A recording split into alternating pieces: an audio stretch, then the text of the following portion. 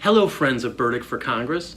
In a campaign, you always wonder, when will your efforts start having an impact? Well, I can report we are already breaking through. As one example, I've recently learned that my candidacy has apparently caused Ami Bera to change one of his positions. This issue involves taking a stand against corporate personhood, which I'm proposing ending as part of my election reform constitutional amendment. Now, corporate personhood is the dubious legal concept that corporations should possess many of the same rights as real human beings.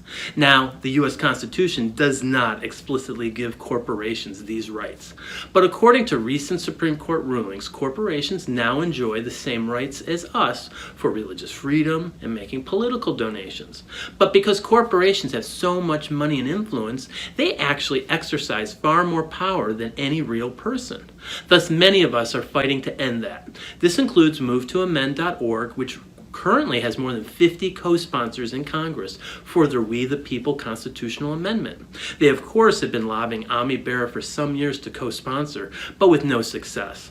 But then 2 weeks ago, quite quietly, Bera became a co-sponsor of We the People. But he issued no news release, posted nothing to his website or social media, which begs the question, what caused this sudden change of heart? Well, this is what happened. 9 days before, I publicly debated an issue with him at his July 14th town hall meeting and won that exchange. This formally put me and my Voter First platform on his radar screen as someone to contend with. Plus, at the same meeting, 2 citizens strongly criticized his lukewarm positions against corporate personhood. Then boom, 9 days later, Bera became this not quite loud and proud co-sponsor of the We the People amendment. Nonetheless, we do welcome him aboard the movement. Of course, I'm running to do a lot more than just incrementally push Bera to better represent us, his constituents. I'm running so voters don't have to work so hard to lobby their congressman to listen and represent them over his big corporate donors.